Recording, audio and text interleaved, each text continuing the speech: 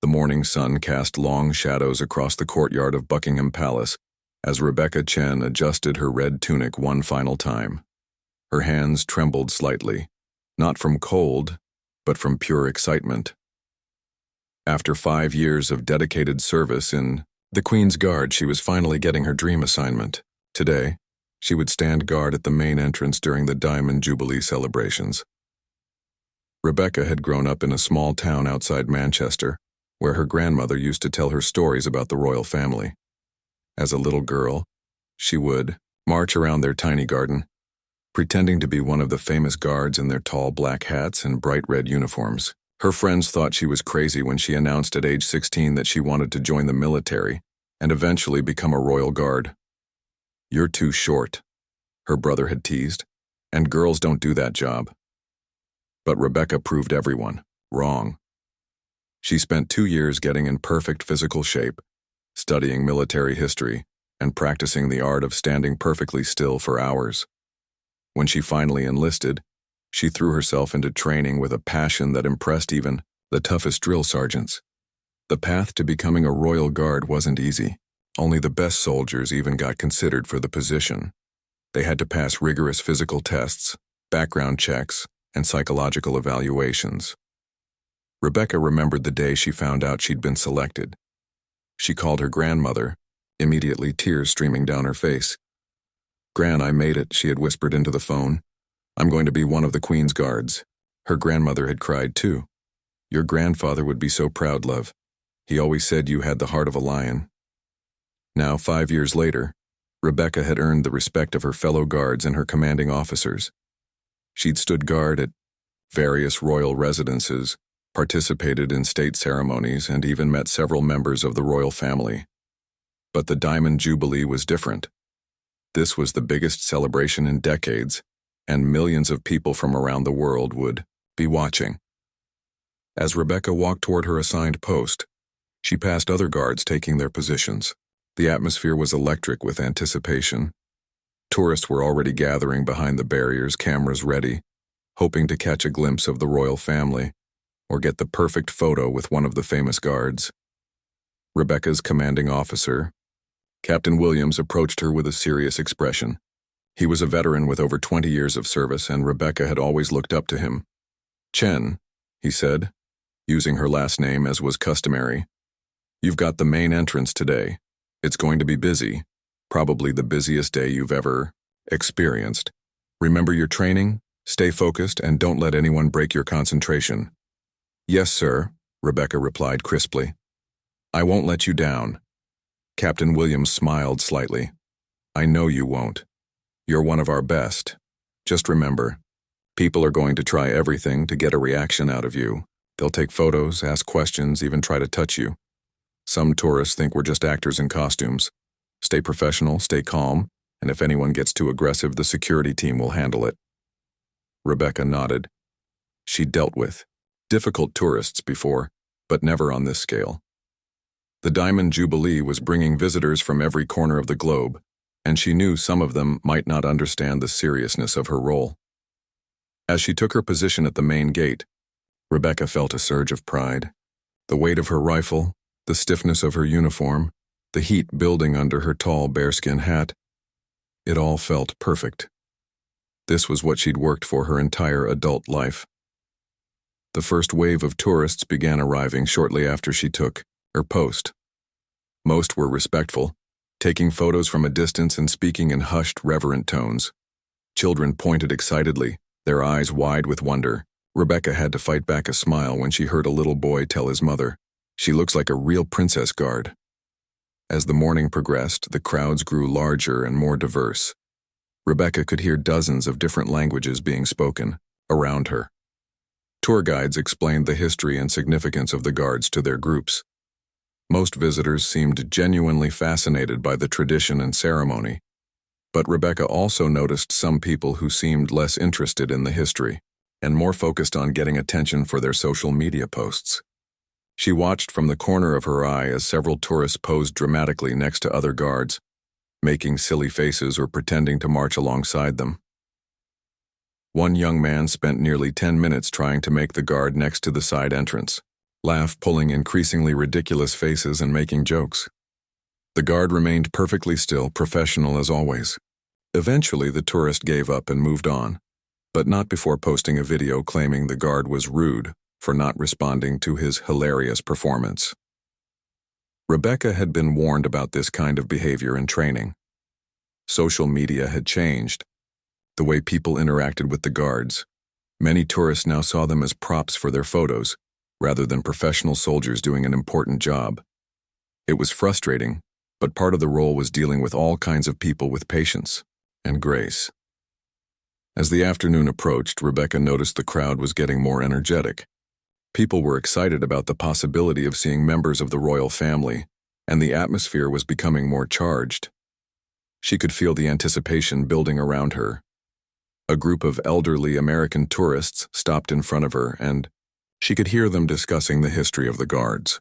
"My grandfather fought alongside British soldiers in World War II," one of them said quietly. "He always talked about how brave and disciplined they were, said they never backed down from anything." Rebecca felt a warm feeling in her chest. This was why she did this job, to represent something bigger than herself, to be part of a tradition that meant something to people around the world. But not everyone who approached her post that day would be so respectful. As the crowds continued to grow and the excitement built toward the evening's main events, Rebecca had no idea that her biggest test as a royal guard was about to begin. Standing there in the afternoon sun, maintaining her perfect posture and professional demeanor, Rebecca felt ready for anything. She'd trained for years for moments like this. She was representing not just herself, but her country, her regiment, and centuries of military tradition. Whatever the rest of the day might bring, she was determined to make her grandmother proud and live up to the trust that had been placed in her. After all, she was one of the Queen's guards, and that meant something special. The crowd around her continued to grow, and somewhere in that sea of faces, an encounter was approaching that would test everything she'd learned about duty, honor, and keeping her composure under pressure.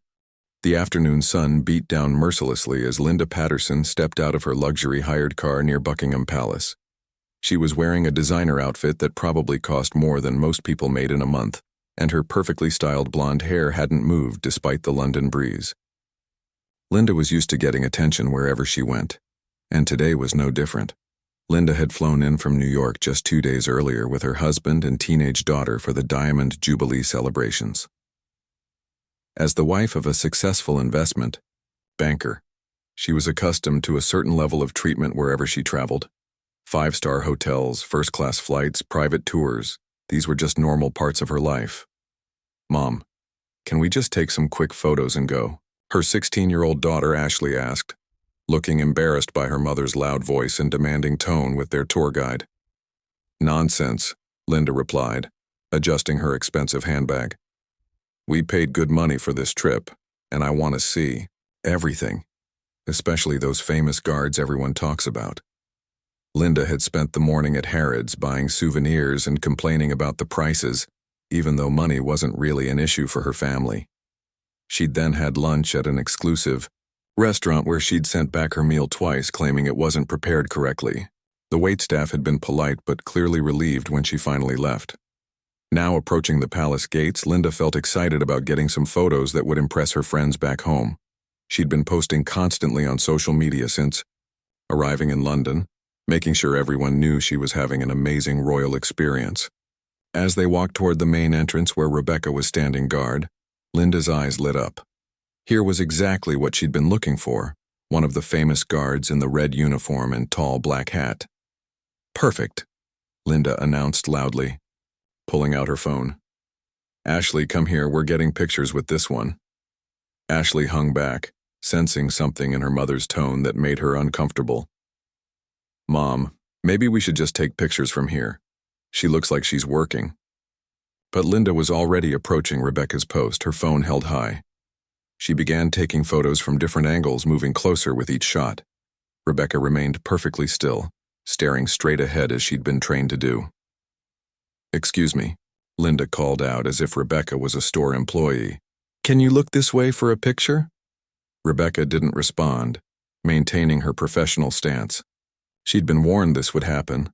Tourists often didn't understand that the guards weren't performers or actors, but real soldiers doing an important job. Linda frowned. She wasn't used to being ignored, especially by someone she considered to be essentially a paid entertainer. "Hello, I'm talking to you," she said more loudly. Other tourists nearby began to notice the interaction. Some looked uncomfortable while others pulled out their own phones, sensing that something interesting might be about to happen. "Mom, please," Ashley whispered, tugging on her mother's arm. "She's not supposed to talk. It's like their thing." Linda brushed off her daughter's concern. "That's ridiculous. We're tourists. We spent a lot of money to come here, and the least she can do is be polite." Linda moved even closer to Rebecca, now standing just a few feet away. "I know you can hear me," she said in a sing-song voice, as if talking to a child. "Come on, just a little smile for the camera?" Rebecca's training kicked in. She'd practiced this scenario dozens of times. Tourists would try everything to get a reaction: jokes, questions, even mild insults. The key was to remain completely professional and trust that security would intervene if things went too far. But Linda wasn't giving up easily. She began, waving her hand in front of Rebecca's face, trying to break her concentration. "Hello? Earth to guard, lady?" A small crowd was gathering now, with most people looking uncomfortable at Linda's behavior. Several other tourists could be heard whispering to each other about how inappropriate this was. "Maybe she doesn't speak English," Linda announced loudly, as if Rebecca wasn't standing right there. "Do you speak English, honey?" Ashley was now bright red with embarrassment. "Mom, people are staring. Can we please just go?" But Linda was getting more frustrated by the minute. In her world, money and status meant instant attention and service. The idea that someone would simply ignore her was completely foreign to her experience. "This is ridiculous," Linda muttered, then raised her voice again. "I'm talking to you. The least you could do is acknowledge that I exist." Rebecca could feel the tension building around her, but she remained calm. She'd dealt with difficult situations before, though nothing quite like this. She could sense that this woman wasn't going to give up easily, and she began to hope that security would notice what was happening. Linda pulled out her wallet and waved some cash in front of Rebecca's face. "Look, I'll tip you if you just smile. For one picture. Come on. Everyone has a price, right?" The crowd around them was growing larger, and the murmur of disapproval was getting louder. Several people could be heard explaining to their companions that this wasn't how you were supposed to interact with the royal guards. "Madam," an elderly British gentleman nearby said politely, "perhaps you should mind your own business," Linda snapped at him. "I'm just trying to get a simple photo." She turned back to Rebecca with renewed determination. "Look, I don't know what kind of game you're playing, but I've had enough. My husband and I pay taxes that probably help fund this whole operation, and I deserve some basic courtesy." Linda's voice was getting louder and more shrill. Other tourists were starting to back away, but also pulling out their phones to record what was happening. The situation was escalating quickly, and Rebecca could feel her heart rate increasing slightly, though she maintained her perfect posture. "You're being incredibly rude," Linda continued, now clearly angry. "I've been nothing but nice, and you're treating me like I'm invisible. Is this how you treat all tourists or just Americans?" Ashley tugged on her mother's arm again. "Mom, seriously, let's just go. This is embarrassing." "No," Linda said firmly, shaking off her daughter's hand. "I'm not leaving until she shows me some basic respect." The crowd was now quite large, with people filming from multiple angles. Rebecca could hear murmurs of support for her and criticism of Linda's behavior, but she kept her focus straight ahead, trusting in her training. Linda was now visibly agitated, her face flushed with anger and embarrassment. She wasn't used to public situations where she wasn't in control, and the growing crowd of onlookers was making her feel defensive. "Fine," Linda said, her voice taking on a dangerous edge. "If you want to play this game, we'll play this game." What happened next would change everything for both women, setting in motion a chain of events that neither of them could have imagined when the day began. Linda's patience had completely run out. Standing in front of Rebecca with dozens of tourists watching, She felt humiliated and angry. In her mind, this was no longer about getting a simple photo. It had become a battle of wills that she was determined to win. "You know what your problem is?" Linda said loudly, pointing her finger at Rebecca. "You think you're so special in that ridiculous costume, but you're just a glorified security guard playing dress-up for tourists like me." The crowd around them was getting larger by the minute. Some people looked shocked at Linda's words, while others had their phones out recording everything. Ashley stood behind her mother, looking like she wanted to disappear into the ground. "Mom, please stop," Ashley whispered desperately. Everyone's watching. But Linda was beyond caring about what other people thought. She was used to getting her way through persistence and, when necessary, by making a scene. "Oh, now everyone's watching," she said sarcastically. "Where were you all when she was being rude to me?" Rebecca could feel the situation spiraling out of control, but her training kept her rooted in place. She'd been taught that no matter what happened, maintaining her position and composure was the most important thing. But she'd never faced anything quite like this before. Linda began walking in a circle around Rebecca, talking loudly as if she was giving a lecture. "You see, everyone, this is what passes for customer service in this country. I come here as a paying tourist. I'm polite. I ask nicely for a simple photo, and this is how I get treated." Several people in the crowd began speaking up. "That's not how it works," called out a middle-aged British woman. "The guards aren't here for photos." "She's doing her job," added an elderly man with a thick Scottish accent. "Leave her alone." Linda whirled around to face the crowd. "Oh, so now you're all experts. I suppose none of you have ever taken a photo with a guard before?" She gestured wildly with her hands. "This is exactly the kind of attitude that's ruining tourism. No wonder people say the British are cold and unfriendly." A young German tourist stepped forward politely. "Excuse me, but we learned on our tour that the guards cannot break their pose or speak while on duty. It's military protocol." Linda laughed harshly. "Military protocol? She's standing in front of a tourist attraction, not fighting a war. A little common courtesy wouldn't kill her." Rebecca felt a bead of sweat roll down her back under her heavy uniform, but she kept her eyes fixed straight ahead. She was beginning to hope that palace security would notice the growing disturbance and come to intervene. But Linda wasn't finished. She moved back to stand directly in front of Rebecca, close enough that Rebecca could smell her expensive perfume mixed with the wine she'd had at lunch. "You know what I think?" Linda said in a voice loud enough for everyone to hear. "I think you're just a small-town girl who got lucky enough to land a job where you get to play dress-up and feel important.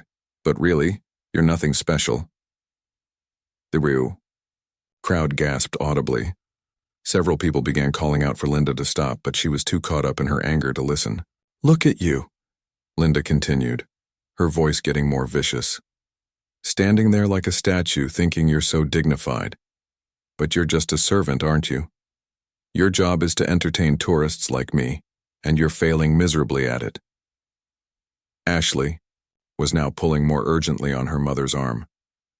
"Mom, stop it. You're being horrible." "I'm being honest," Linda shot back. "Someone needs to tell her the truth about what her job really is." Linda turned back to Rebecca with a cruel smile. "I bet you don't even make very much money doing this, do you? Probably still living with your parents, dreaming about being a real soldier someday." The personal attacks were getting harder for Rebecca to ignore, but she drew on her mental training. Her instructors had taught her to focus on something beyond the immediate situation, the honor of her position, the tradition she was representing, the trust placed in her by her country. But Linda was just getting started. She began pointing out perceived flaws in Rebecca's appearance, making comments about her height, her posture, even suggesting that she probably wasn't smart enough for a real job. "You're pathetic," Linda said with venom in her voice. "Standing there like a robot, too scared or too stupid to even defend yourself." The crowd was getting increasingly upset with Linda's behavior. Several people were calling for security, and others were trying to reason with her directly. "That's enough," said a tall man with an Australian accent. "You're way out of line." "Don't tell me what's enough," Linda snapped. "I have every right to express my opinion about the service I'm receiving." Linda pulled out her phone and began taking close-up photos of Rebecca's face while continuing her verbal assault. Maybe I'll post these online and let people know what kind of treatment tourists can expect here. Bet your bosses would love that kind of publicity. At this point, even Linda's daughter couldn't stay silent anymore. Mom, you're being a bully. Stop it right now. I am not being a bully, Linda said defensively. I'm standing up for myself against someone who thinks she's too good to do her job properly. But the situation was about to escalate beyond just words. Linda's frustration at not getting any reaction from Rebecca, combined with the embarrassment of having the crowd turn against her, was building to a dangerous level. You know what? Linda said, her voice taking on a dangerous edge. I've had enough of this attitude. She stepped even closer to Rebecca, so close that Rebecca could feel her breath. The crowd sensed that something bad was about to happen, and several people began calling more urgently for security. I'm going to get a reaction out of you, Linda said quietly, but loud enough for the nearest people to hear. One way or another. What Linda did next would shock everyone watching and transform this unpleasant encounter into a serious incident. The moment that would change both their lives forever was just seconds away, and neither woman fully understood what they were about to set in motion. The cameras kept rolling, capturing every moment of what was about to become an international incident that would be talked about for years to come. The tension in the air was thick enough to cut with a knife. Linda stood inches away from Rebecca, her face red with anger and frustration. The crowd had grown to over 50 people, all watching in horrified fascination as the situation spiraled, completely out of control. I said I'm going to get a reaction out of you, Linda repeated, her voice shaking with rage. And I mean it. Without warning, Linda reached forward and grabbed the collar of Rebecca's red tunic with both hands. The crowd gasped collectively as Linda shook the guard, trying to force her to break her stance. Look at me when I'm talking to you, Linda screamed, her hands twisted in the fabric of Rebecca's uniform. I am not invisible. Rebecca felt the shock of physical contact but drew on every ounce of her training.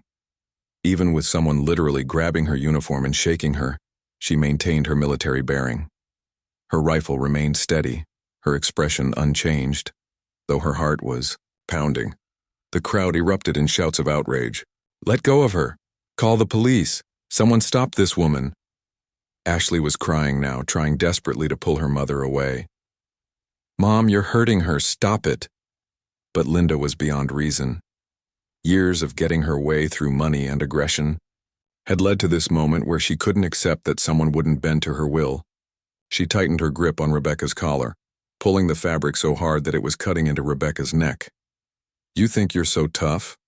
Linda snarled, her face now just inches from Rebecca's. Let's see how tough you are now. Several people in the crowd started moving forward to intervene, but just at that moment something happened that would change everything. A sleek black Bentley with tinted windows glided quietly up to the palace gates. Most of the crowd was too focused on the altercation to notice at first, but palace staff who had been monitoring the situation suddenly snapped to attention. The car came to a stop just 20 feet away from where Linda was still gripping Rebecca's uniform.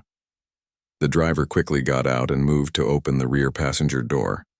Out stepped a distinguished elderly gentleman in an impeccably tailored navy suit.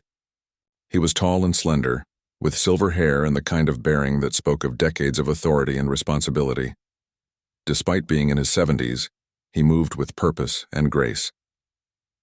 The palace staff immediately began their practiced protocols, but the gentleman raised his hand slightly, indicating he wanted to assess the situation himself. At first, Linda didn't notice the new arrival. She was too busy trying to force Rebecca to respond to her aggressive behavior, but gradually she became aware that the crowd around them had gone strangely quiet. What's wrong with all of you? Linda demanded, still holding on to Rebecca's uniform. Why did everyone stop yelling? Ashley tugged frantically on her mother's arm. Mom, let go, someone important just got here. Linda finally turned her head and saw the elderly gentleman standing beside his car, watching the scene with a grave expression. She also noticed that all the palace staff in sight had suddenly become very formal and alert. Who's that supposed to be? Linda asked dismissively. though something about the man's presence was making her feel uneasy. Some kind of palace tour guide? The crowd was now completely silent, many people having recognized the new arrival immediately. Phone cameras that had been recording Linda's outburst were now swinging toward the distinguished gentleman. Rebecca, despite having Linda's hands still twisted in her uniform, had also noticed the arrival. Every instinct in her military training told her this was someone of extreme importance, though she couldn't turn to look directly. The gentleman approached slowly, his footsteps echoing in the sudden quiet. As he got closer, more people in the crowd began to realize who he was. Whispers started spreading through the group. Is that? Oh my goodness, it is. I can't believe this is happening. Linda was becoming increasingly uncomfortable with the changed atmosphere, but her pride wouldn't let her back down. She was still holding Rebecca's uniform, though her grip had loosened slightly. Look, whoever you are, Linda called out to the approaching gentleman, this doesn't concern you. I'm just trying to get some basic customer service here. The elderly gentleman continued his measured approach, his expression becoming more serious with each step. When he was about 10 feet away, he stopped and spoke in a clear, authoritative voice that carried easily across the entire courtyard. Madam, he said with the kind of authority that comes from a lifetime of command, you are currently physically assaulting one of Her Majesty's Guard. I strongly suggest you remove your hands from her uniform immediately. The words hit Linda like a physical blow. The way he spoke, the formal language, the reference to Her Majesty. Suddenly pieces began clicking into place in her mind. Who are you? Linda stammered, though she was beginning to suspect the answer. I am Prince Edward, he replied calmly, and you are attacking one of my guards. The crowd collectively gasped. Several people could be heard whispering, oh my God, and this can't be happening. Phones were now recording frantically from every angle. Linda's face went completely white. Her hands, which had been gripping Rebecca's uniform for several minutes, suddenly went limp and fell to her sides. Your guards? Linda whispered, the full implications of what she'd been doing finally hitting her. Indeed, Prince Edward replied, his voice steady but cold. And I have been watching your behavior for the past several minutes. I have to say, I am thoroughly appalled. Rebecca, now free from Linda's grip, immediately snapped to the crispest military salute of her entire career. Despite everything she'd just endured, her training kicked in perfectly. Your Royal Highness, she said clearly, the first words she'd spoken since taking her post hours earlier. Prince Edward returned her salute with a slight nod, then turned his attention back to Linda, who looked like she wanted to disappear into the ground. Now then, Prince Edward continued, his voice carrying the weight of royal authority, I believe we need to have a serious discussion about appropriate behavior toward members of our military. The moment that Linda had been trying to force for, the past hour had finally arrived, but not at all in the way she had imagined. Everything was about to change for both women, and the whole world was watching. The silence in the courtyard was deafening. Linda stood frozen in place, her mouth slightly open, staring at Prince Edward as the full weight of what she had done crashed down on her. Around them, dozens of tourists held their phones with shaking hands, capturing every moment of what was quickly becoming a historic incident. Prince Edward stepped closer, his expression grave and authoritative.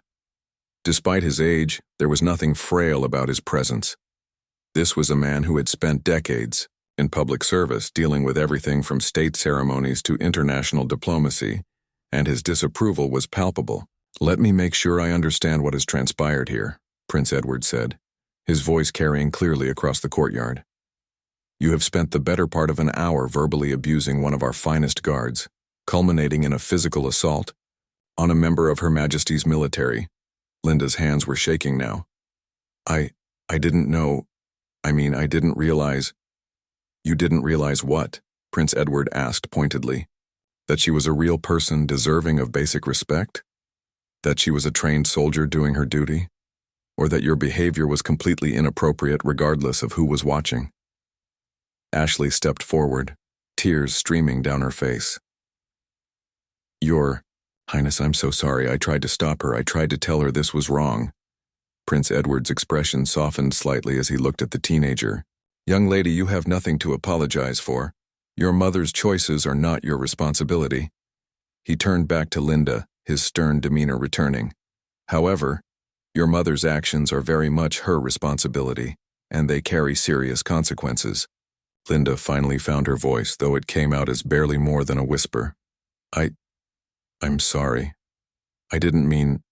I was just frustrated because she wouldn't... Wouldn't what? Prince Edward interrupted.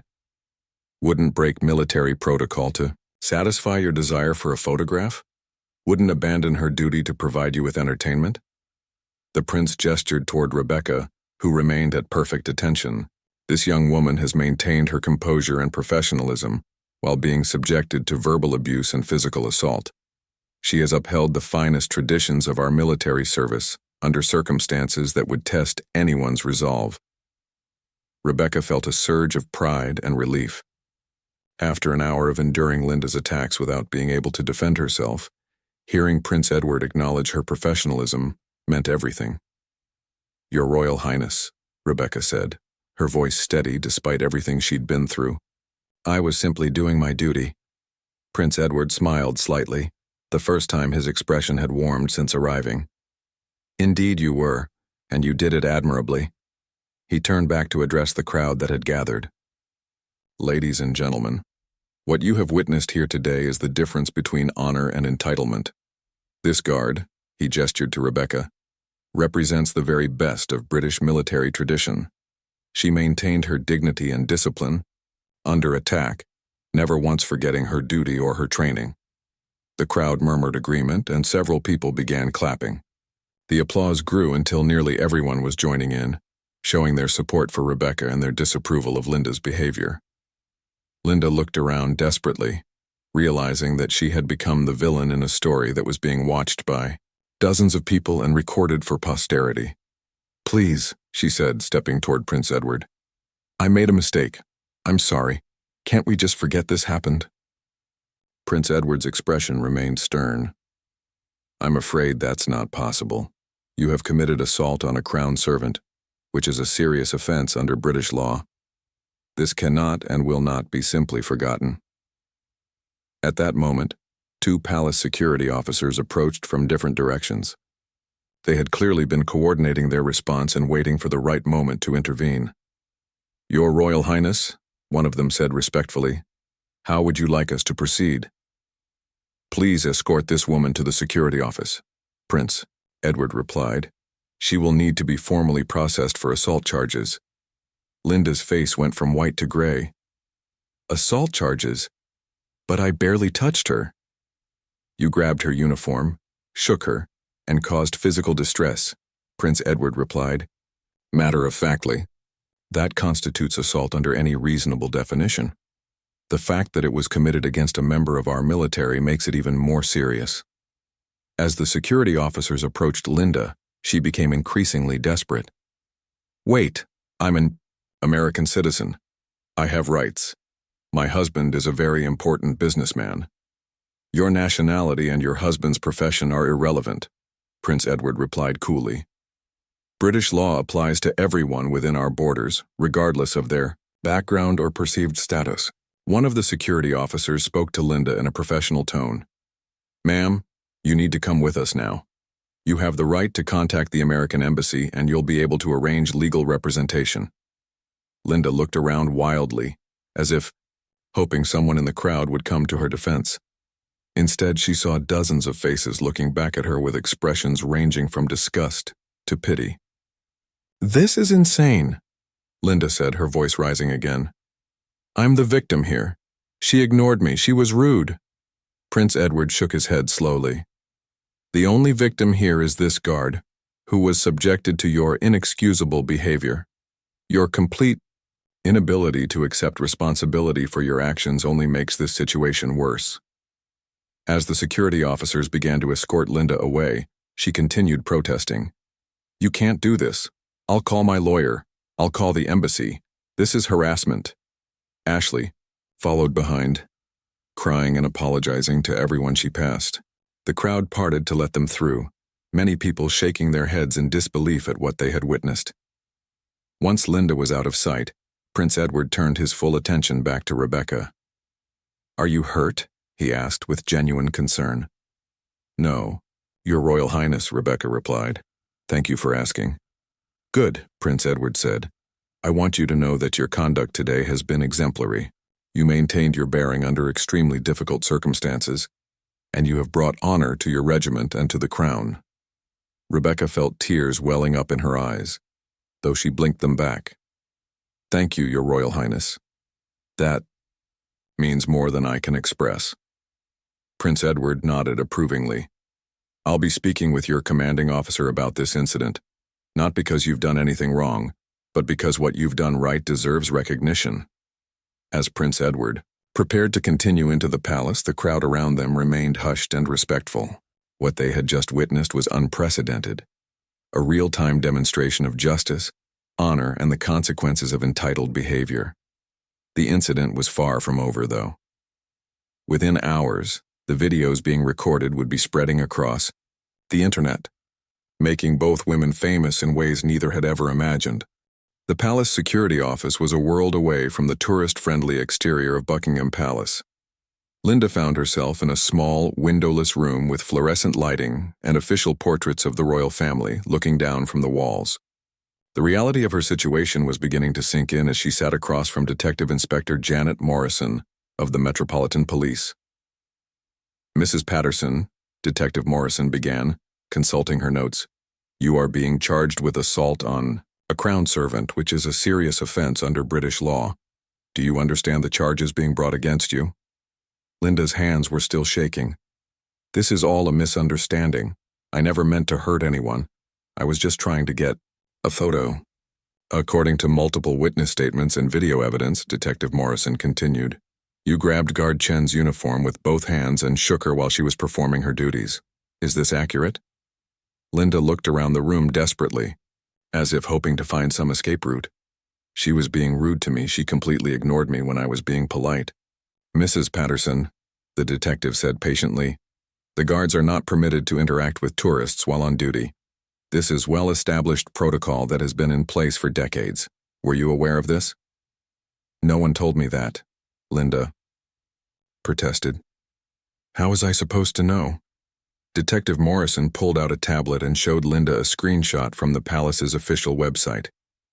"This information is clearly posted on the royal family's website, in multiple tourist guidebooks, and is mentioned by every official tour guide. It's also common knowledge among most visitors." Linda stared at the screen, reading the clear explanation of guard protocols that she had ignored in her eagerness to get photos. I didn't read all that stuff. I just wanted to see the guards." "I understand," Detective Morrison replied. "However, your lack of preparation doesn't excuse your behavior. Can you explain why you chose to physically grab the guard's uniform?" Linda's face flushed red again. "She was making me look stupid in front of all those people. I just wanted her to acknowledge me." "So you assaulted her because she was doing her job correctly?" "I didn't assault anyone," Linda snapped. "I barely touched her." Detective Morrison pulled out her phone and played one of the videos that had been submitted by witnesses. The sound of Linda's voice filled the room as she berated Rebecca, followed by the clear image of her grabbing and shaking the guard's uniform. Linda watched in horror, seeing herself from an outside perspective for the first time. The woman on the screen looked aggressive, entitled, and cruel. That's not how it happened," she whispered. "This video has been viewed by Prince Edward himself," Detective Morrison informed her. "He has given a statement describing what he personally witnessed, and he has specifically requested that this matter be prosecuted to the fullest extent of the law." The mention of Prince Edward made Linda's stomach drop. "Can't we work something out? I'm willing to apologize. I could make a donation to charity or something." "Mrs. Patterson," Detective Morrison said firmly, "this is not a civil matter that can be resolved with an apology or payment. You committed a criminal offense against a member of our military. The Crown takes such matters very seriously." A knock on the door interrupted their conversation. Another officer entered and whispered something to Detective Morrison, who nodded gravely. "Mrs. Patterson," the detective said, "I've just been informed that videos of your behavior have already begun appearing on social media. The Palace Press office is preparing a statement about the incident. Linda felt the blood drain from her face. What kind of statement?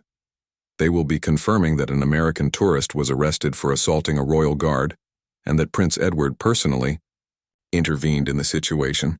They're also planning to commend Guard Chen for her professionalism under attack. No, Linda whispered. This can't be happening. Meanwhile, in another part of the palace, Rebecca was sitting with her commanding officer, Captain Williams, and a palace representative. She had been relieved of her post and was being debriefed about the incident. Chen, Captain Williams said, I want you to know that your conduct today was absolutely exemplary. Under extremely difficult circumstances, you maintained your bearing and upheld the honor of the regiment. Thank you, sir, Rebecca replied. I just did what I was trained to do. The palace representative, a dignified woman named Ms. Harrison, leaned forward. Rebecca, Prince Edward has asked me to convey his personal appreciation for your service today.